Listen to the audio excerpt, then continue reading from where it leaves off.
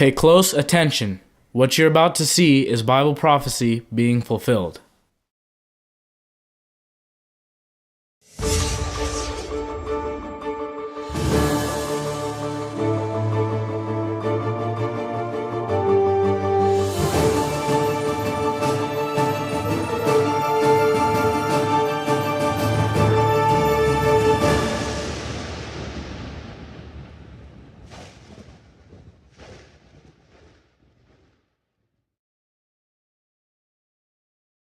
Welcome to another edition of YPN News, bringing you news as it relates to Bible prophecy and foretold by Yeshua Hawkins. Well, in the news today, it seems like we've got violence, and the fear of violence taking place, along with some natural disasters and some more reports on the contamination of our foods. That's right.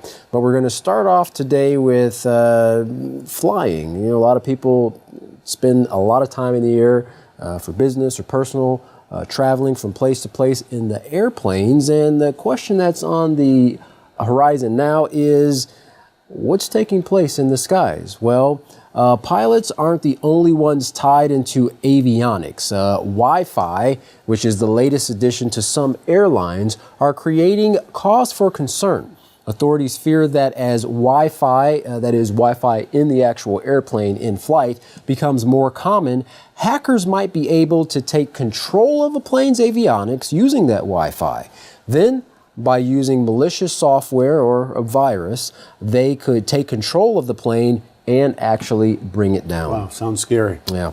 Well, Professor Brent Bowen said, "We do need more of a comprehensive approach to this type of security. There are several risks to being able to access an aircraft system where a person could even jam the systems. Now, the most vulnerable right now would be the instrument landing systems. These systems could be jammed from an onboard transmitter that was carried by a terrorist onto the aircraft." That's right. In fact, Jeff, one man took a flight from Phoenix to Memphis, and he tweeted that he actually connected to the plane's system. That's right. Well, he was, of course, later detained by the FBI and questioned. Go figure.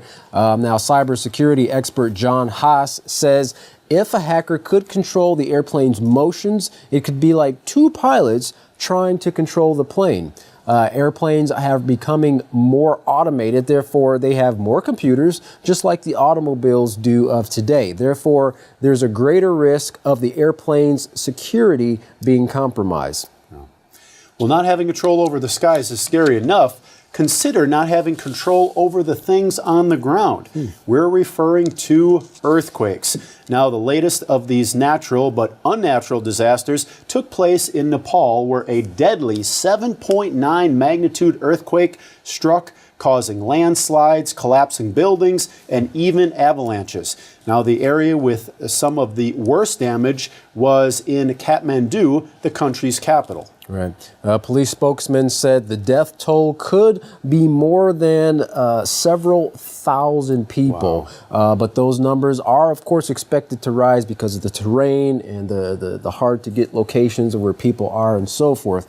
The quake toppled temples that stood for centuries. It even tore open roads, big rips in the roads. Many people have been injured, a lot of them actually being children. In fact, Jeff, authorities are saying that this is the worst earthquake that area has seen in 80 years. Interestingly enough, 80 years. That's right, since the 1930s, 1934, 1935. Like we said earlier, it even triggered an avalanche on Mount Everest that swept down onto a base camp, and it killed 8 people and it injured dozens more. And Nepal isn't the only place. In fact, in 2014, the amount of big earthquakes, those with a magnitude of 7 or larger, more than doubled in the first quarter alone of 2014 compared to the average amount for the year of 1979. In fact, it was a 65% increase. Now, in 2014, there were over 16,000 earthquakes globally, with 11 of those being 7.0 or greater. So the larger ones, 11 of those being the great big ones. Right. Now, sounds like, Katan, exactly as Yeshua Hawkins was saying, that these things would increase in what he refers to as the last days. That's right. That's right. Interesting. Well, the bird flu has reared its ugly head again. This time, Iowa, the top egg-producing state in the United States, is stricken with a lethal strain of bird flu at an egg-laying farm, which is affecting 5.3 million birds. That's a lot of birds. And it is the worst case of an outbreak, and it is now affecting 12 states as well. The governor of Wisconsin is even declaring a state of emergency as 3 flocks are affected in his state, and they were recently discovered. Now, there are several strains of bird flu, and this particular strain that is affecting birds right now is the H5N2 strain that we're seeing in Iowa, Wisconsin, and those other states. Well, one farmer in Iowa started noticing a large number of bird deaths, so he sent some blood samples off for testing in South Dakota, and the test came back positive for the H5N2 strain of the bird flu. Now, the hens there were quarantined, and as of now, about 5 million birds will have to be euthanized. Now, that's the largest number that we've seen so far to date.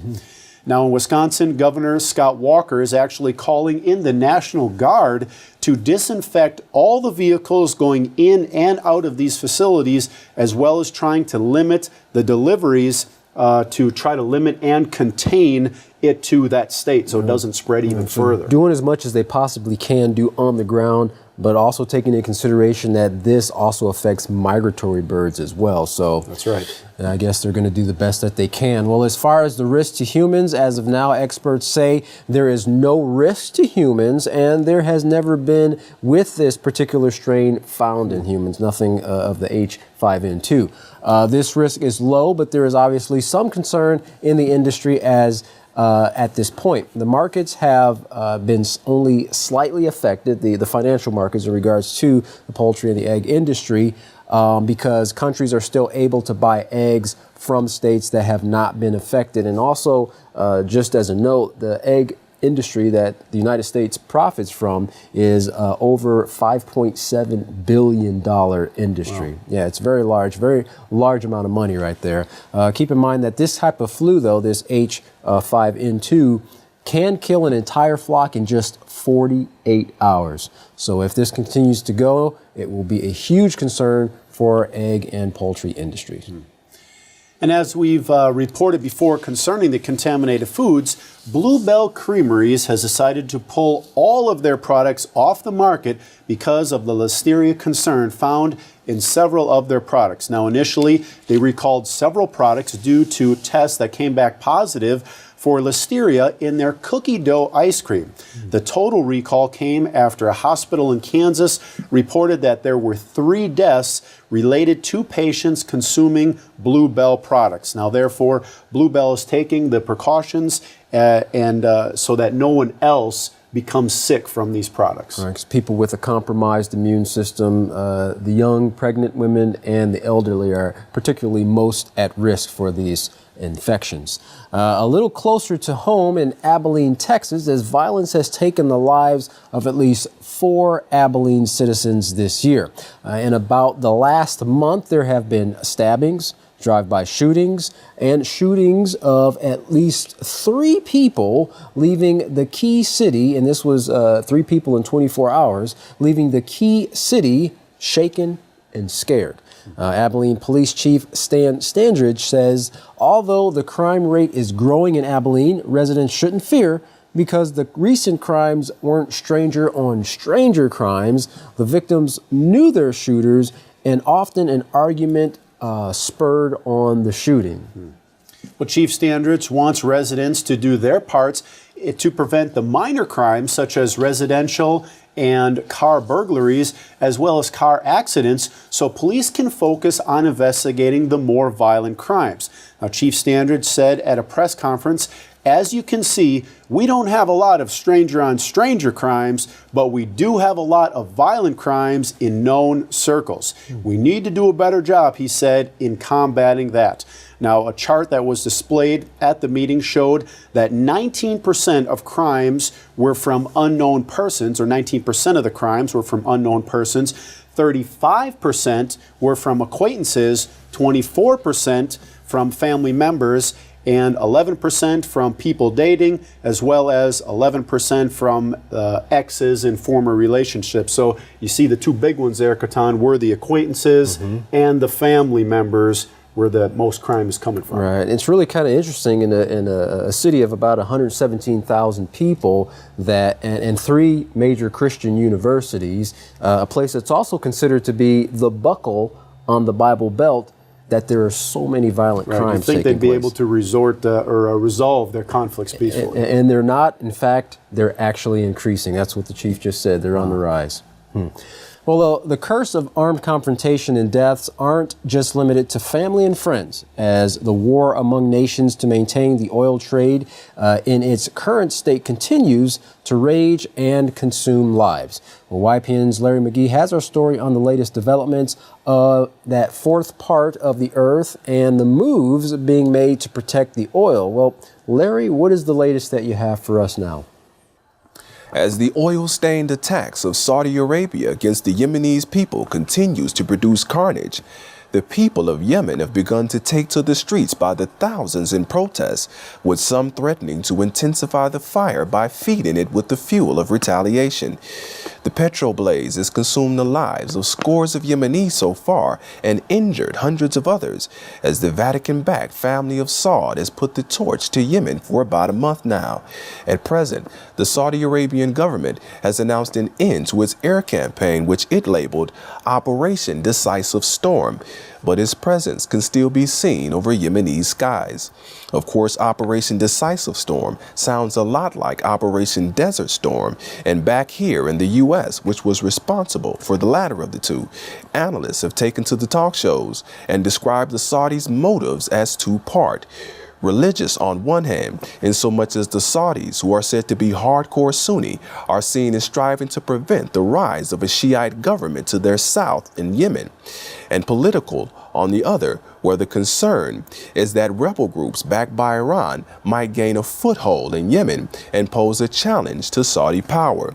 Iran has denied knowledge or involvement in any such scheme, but despite that, the U.S., patron and protector of the petrodollar, has hogged the headlines this week after having dispatched its aircraft carrier, the USS Roosevelt, to the Gulf of Aden to prevent any Iranian aid to perceive Yemenis rebels.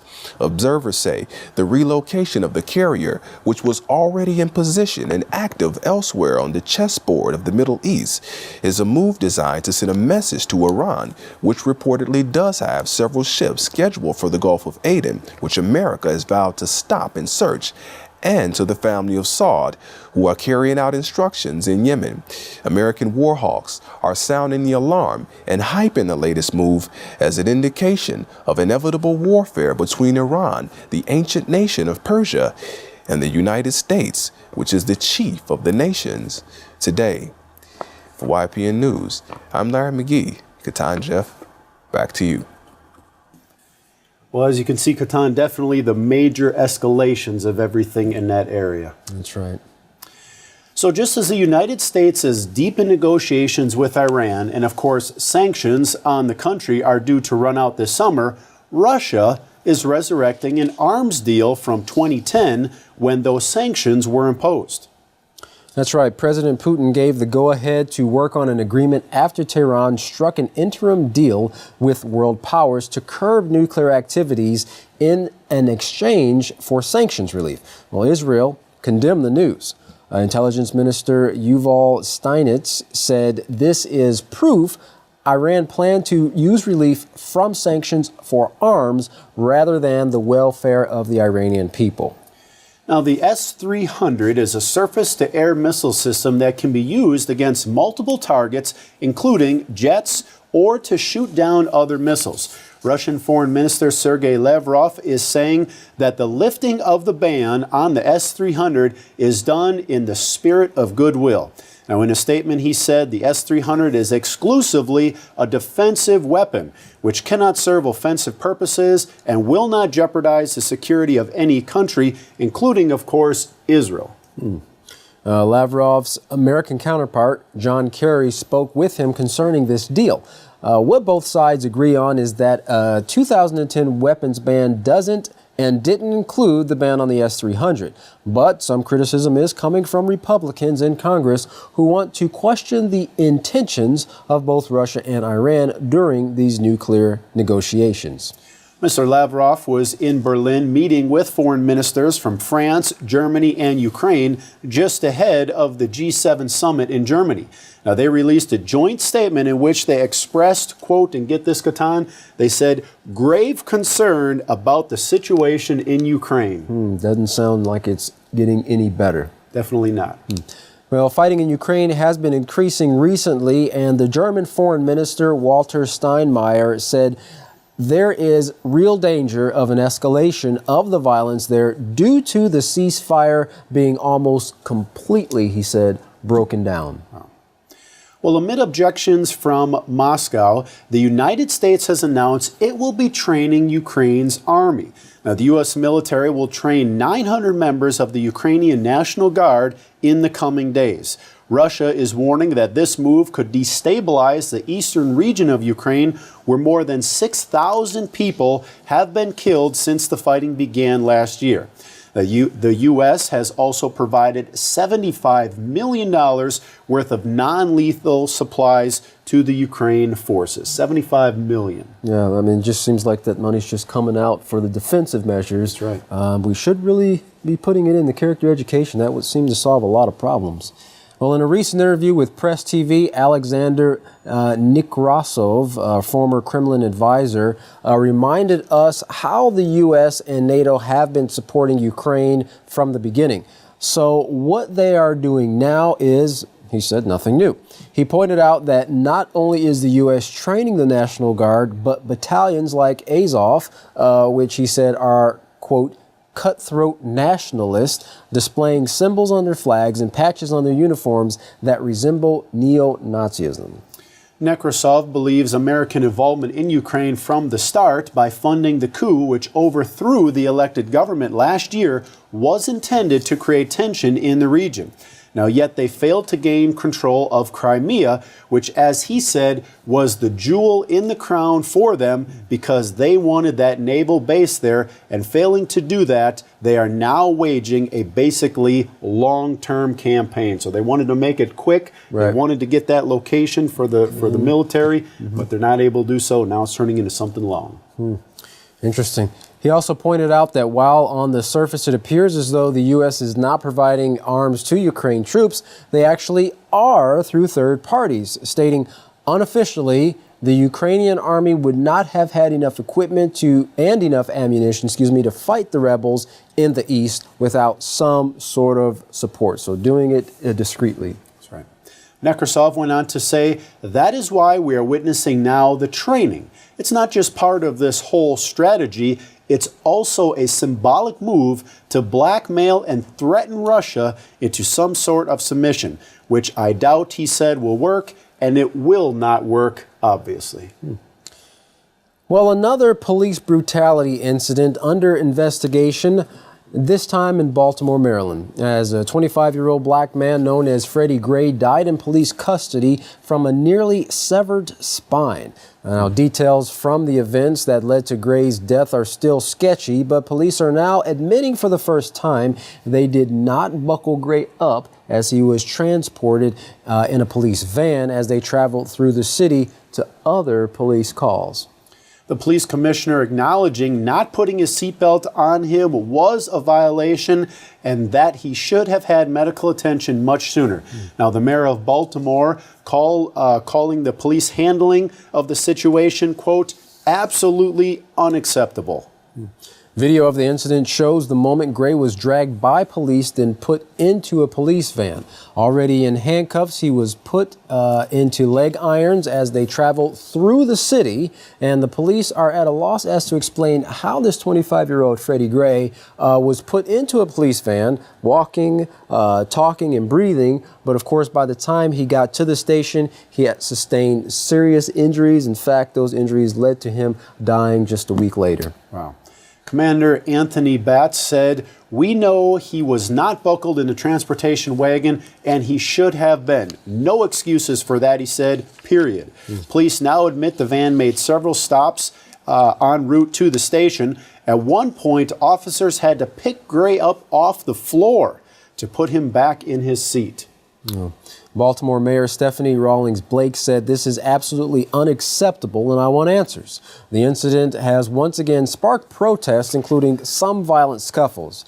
Protesters claim Gray was the victim of what's known in Baltimore as a rough ride. Apparently others have actually been through something like that, so they knew exactly what he was going through. And police intentionally stopping short and driving erratically with the intention of causing injuries. Apparently the definition of that rough ride. Well, finally in the news, did recent arrests on the Mediterranean island of Sardinia interfere with a plot to attack the Vatican? Now, that's what Italian police are saying after capturing 18 suspected extremists in an anti-terror raid on the island. Now, some of the suspects are even believed to have ties to Osama bin Laden. The Italian prosecutor has described it as a possible suicide bomb attack, which has its origins way back to 2010. The prosecutor said there were signals of some preparation for a possible attack. This included the arrival of a suspected suicide bomber who eventually left Italy. When asked if this potential plot meant targeting the Pope, she said no, but a crowded area like the Vatican City instead. So I guess meant to inflict mass amounts of casualties. Yeah. Now, it's been said that these recent arrests actually are connected to a broader investigation that goes back 10 years. Now, all the suspects are either Afghan or Pakistani and have links to al-Qaeda, and two of the men are believed to be former bodyguards of Osama bin Laden. Well, the Vatican is downplaying these claims. However, when contacted, the Vatican spokesman, Father Federico Lombardi, said, "I don't think this is a matter of current relevance. I don't think the information is very substantial." Father Lombardi concluded that the information presented was not enough to convince them that an attack was imminent. The two suspects were connected to bin Laden through an ongoing investigation, which included the use of telephone wiretaps. Now, this surveillance indicated that they were part of a larger network in charge of protecting Osama bin Laden. The Italian police are saying that these men are also responsible for several attacks in Pakistan, including the attack on the Peshawar market in 2009, where more than 100 people were killed. There is also speculation that more attacks in Pakistan and Afghanistan were in the process of being planned in retaliation for a crackdown against the Taliban. Well, from cyber attacks on planes to major escalations in war, all of these news articles and many more show that Yusra Hawkins is 100% accurate on the direction this world is heading and what we will see in the soon coming months. Now, nuclear war is no longer a possibility, but instead a reality. There is only one way to escape the horrors that are soon to be upon this earth. Yusra Hawkins knows that way and writes about it in his monthly newsletters and Prophetic Word magazines. Don't miss out. Order yours today and find out what you can do. You can contact the House of Yahweh by writing them at the House of Yahweh, P.O. Box 2498, Abilene, Texas 79604. You can call them at 1-800-613-9494 or visit them at any of their websites at www.yahweh.com, www.yisrohawkins.com, or www.yahwehsbranch.com. You can email them at info@yahweh.com, and for any calls outside the United States, please call the number on your screen. Well, don't go anywhere. Up next is another inspiring message from Yusra Hawkins. From all of us here at YPN News, I'm Jeffrey Heimerman. And I'm Katan Alexander. Thanks for watching.